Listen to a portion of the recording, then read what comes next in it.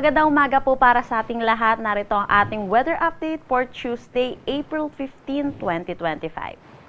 Wala pa rin naman tayo minomonitor na anumang bagyo or low pressure area sa loob at labas ng ating Philippine Area of Responsibility. Pero meron tayong dalawang weather system na nakakaapekto dito sa ating bansa sa ngayon. Una na dito ang frontal system na nakakaapekto dito sa may extreme northern Luzon.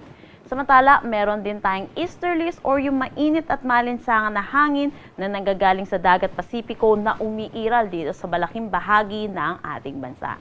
Ito rin po yung nagdadala sa atin ng mainit na panahon. Para sa ating panahon ngayong araw, inaasahan natin magkakaranas ng maulap na papawirin na may mga pag-ulan dulot nitong frontal system dito sa may Batanes, Cagayan at Apayao. Samantala, for Metro Manila at nalalabing bahagi ng Luzon, inaasahan naman po natin ang maaliwalas na panahon, pero asahan din po natin yung init tuwing tanghali hanggang hapon at kung may mga isolated rain showers at mga panandaliang pag-ulan, dulot po ito ng mga localized thunderstorm lalo na po sa hapon at sa gabi.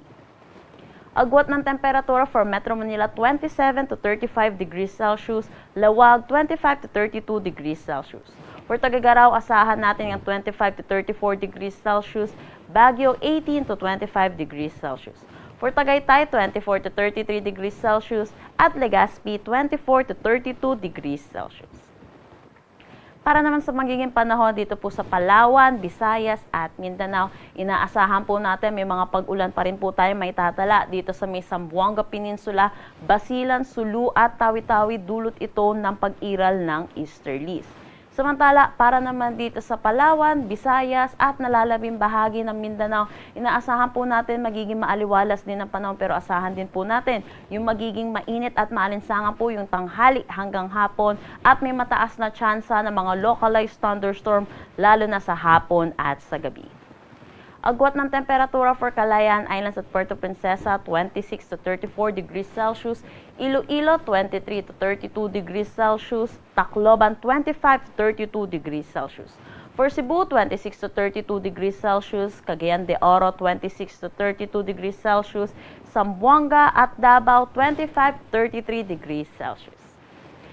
Para naman sa heat index natin ngayong araw dito sa Metro Manila, possible ang maitala natin ay 40 degrees Celsius. Samantala, ang pinakamataas natin na possible madama ay 43 degrees Celsius dito ito sa may Sangley Point, Cavite City, Cavite, Puerto Princesa, Palawan, Birac, Catanduanes, Dumangas, Iloilo, La Granja, La Carlota, Negros Occidental. Kumikita po natin, danger level po ito. So iba yung pag-iingat po para sa ating mga kababayan.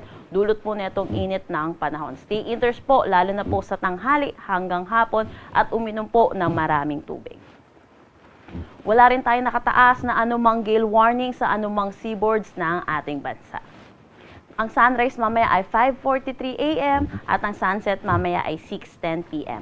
Para sa karagdagang impormasyon, bisitahin aming mga social media pages at ang aming website pag-asa.dost.gov.ph. At yan po muna ang latest dito sa Pag-asa Weather Forecasting Center. Chanel Dominguez po at magandang umaga.